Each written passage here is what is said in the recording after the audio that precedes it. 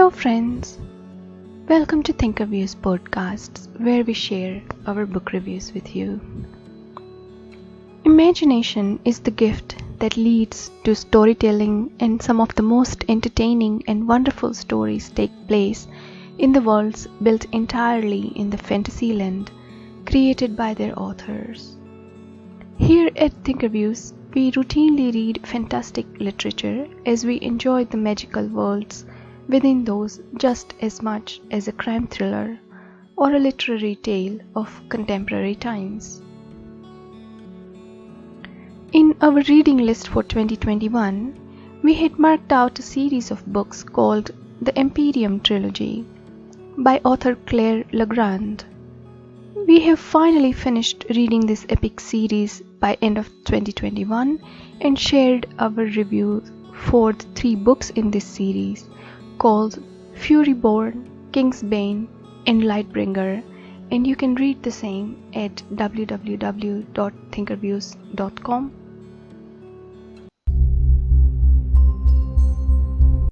Let us now take a look at the gateway of this interesting virtual world, the cover pages of the book in the series. The first book of the series, Furyborn, has a black background and gives an impression of a novel focused on warriors and pirates. The second book in the series, the cover page of Kingsbane, has a red background and you can see typical crowns in golden dominating over the cover page.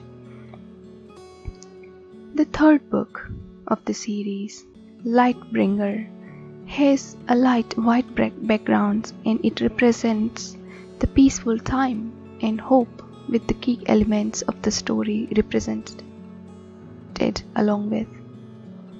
Overall, each cover page has its own attributes worth to take a note of and will be attractive enough to bring the casual browsers for at least a read of the blurb.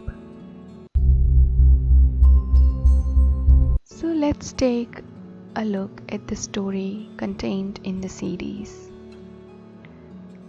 In a world called Avitas, there are many great countries, but the heart of our story takes place in Kingdom of Seldaria. Rial Dardain has grown up in Seldaria within King Bastian's castle, Baneguard, with 2 best friends, Prince Odric and Lady Ludivine. But she has a secret that she hides from them, just as she hides it from everyone in this world where humans can wield one of 7 magical elemental powers: sun, earth, air, water, fire, metal, and shadows. While most humans can access the power of only one element, and that too with help of a channeling tool called a casting, Rial can call upon all elements and without any aid. But when she was a child, her power got out of her control and she set their house on fire. Her mother died in that fire, and since that day, Rial's father has done everything he can to keep her power suppressed. But on the fateful day of the boon race, Rial ends up displaying her power rather spectacularly to the whole kingdom, and so now she must follow a path where she is left with but one choice. You see, there is a prophecy which states that the peace that Avitas has enjoyed for 1,000 years is about to shatter. 1,000 years ago, the races of humans and angels living in Avitas went to war. To end the war, the human saints banished the angels into the deep, and the only thing that keeps them in there is a gate. But after 1,000 years, they are ready to leave their prison, and they will be aided by a very powerful human queen. Is Rial that queen then? But the prophecy speaks of 2 queens, a blood queen, and a sun queen. So then another 1,000 years later, we are in the kingdom of Ventera, where we meet Eliana, a bounty hunter who lives off her cunning, her knives, her wits, and also has deep dark secrets to hide. When her mother is kidnapped, she makes a bargain with another fearsome hunter, the wolf, part of rebellious army against the undying empire. But she is hardly prepared for the dark places this bargain is going to lead to, and the unending bloodshed she will not only witness, but inflict. She strongly believes that there is nothing good inside her, but is she right? Why then the world around her believes her to be the queen that will redeem the world from the ashes of what it once was. And now, the views and reviews for the series. Let me start by saying that the storyline above is just the premise for a trilogy that spans over 1,000 pages and brings you to a world filled with history, magic, heartache, and great adventures. At the heart of it is the basic question of there being no black and white boundaries when it comes to humans. To force a person to be just good or just evil is taking away from them a world of choices and forcing them into a skin that does not fit them. Instead of calling them a blood queen and a sun queen, only if we could see the one blood and the one light that binds them. After all, the Empirium is in everything, and everything is of the Empirium. The strength of the writing here is the world of avatars, elaborated and sketched in details that is breathtaking in its richness and beauty.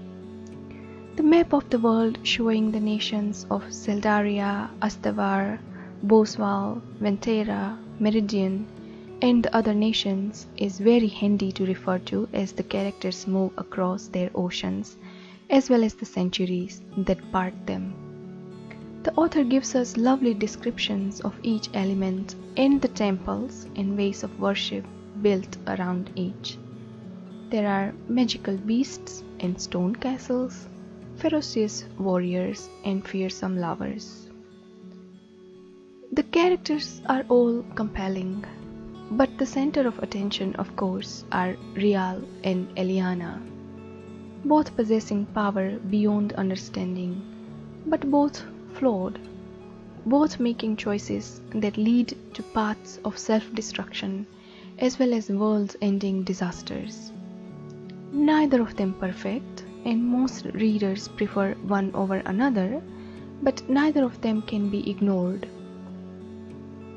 While Rial and Eliana are the ones on center stage, there are also countless other characters who shine through with their bravery, courage, loyalty, and capacity to love and grieve for centuries, be tortured again and again, live and die when required for their loved ones, and rise again and again, as can be seen from following quotes.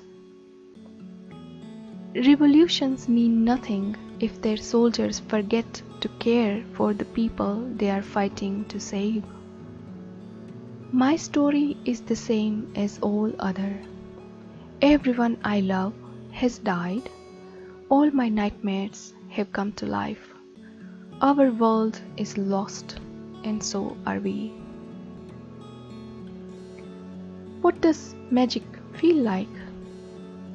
Like all pieces of who I am are coming together as they were meant to. Like anything is possible in that moment, for my focus is that complete and controlled.